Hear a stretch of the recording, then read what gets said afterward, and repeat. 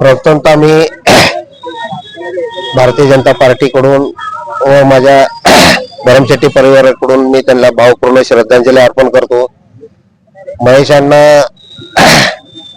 त्यांच्याबद्दल जे बोलावं ते फार कमी आहे।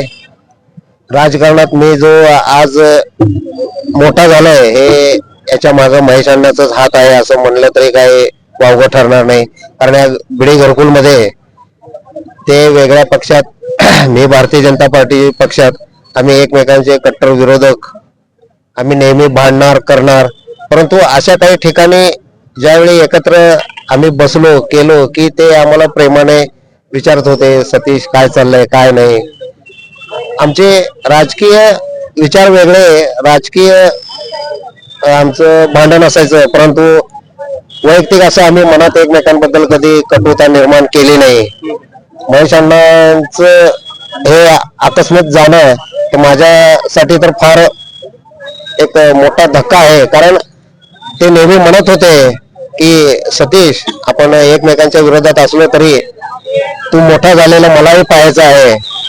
मग ते पाहायसाठी आज अण्णा नाही आहेत याचं मला दुःख आहे की अण्णा तुम्ही कुठल्या रूपाने तरी परत घरकुलमध्ये या अशी मी मनापासून ईश्वरचरणी प्रार्थना करतो व त्यांच्या आत्म्यास शांती लाभो हीच ईश्वरचरणी प्रार्थना करतो।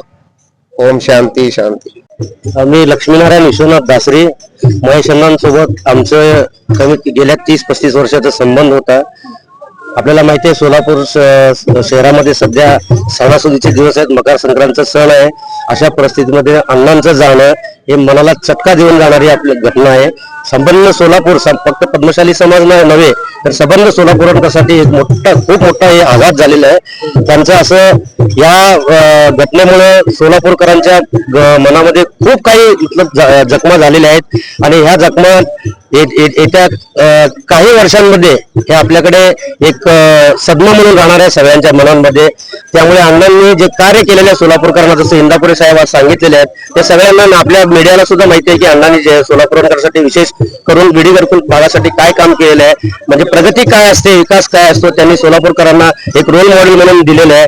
त्यामुळे त्यांचा हा जो आदर्श आहे, त्यांची पुढील पिढी प्रथमेश कोटे यांनी असं पुढे न्यावं आणि देवांना कृपा करतो, ईश्वराला कृपा करतो की त्यांना कोटे कुटुंबियांना ही शक्ती द्यावी अशी मी प्रार्थना करून इथे थांबतो। महेश अण्णांचं निधन झालेलं काय जुन्या आठवणी आहेत सांगाल? महेश अण्णांची माझी 1997 पासून संबंध। मी 1997 ला नीलम श्रमजीवी नगर मध्ये राहत होतो। जस्ट त्यावेळी आमची नीलम श्रमजीवी नगर हा भाग अद्यावधून सोलापूर शहर सिटीमध्ये समाविष्ट झाले असताना आम्ही सर्वप्रथम त्या भागातील पक्ष मतभेद सगळे विसरून महेश अण्णा यांच्याकडे जाऊन त्या भागातील अत्यंत दुर्मिळ भाग असताना त्या ठिकाणी महेश अण्णा कोटे यांच्या नेतृत्वाने आम्ही त्या ठिकाणी काही कच्चे रस्ते असे काही सोयी सुविधा उपलब्ध करून घेण्याची अनुभव मी स्वतः त्या ठिकाणी एक राजकीय पक्षाचा कार्यकर्ता म्हणून त्यांच्या सोबत मी राहून ते सर्व करून घेतलो।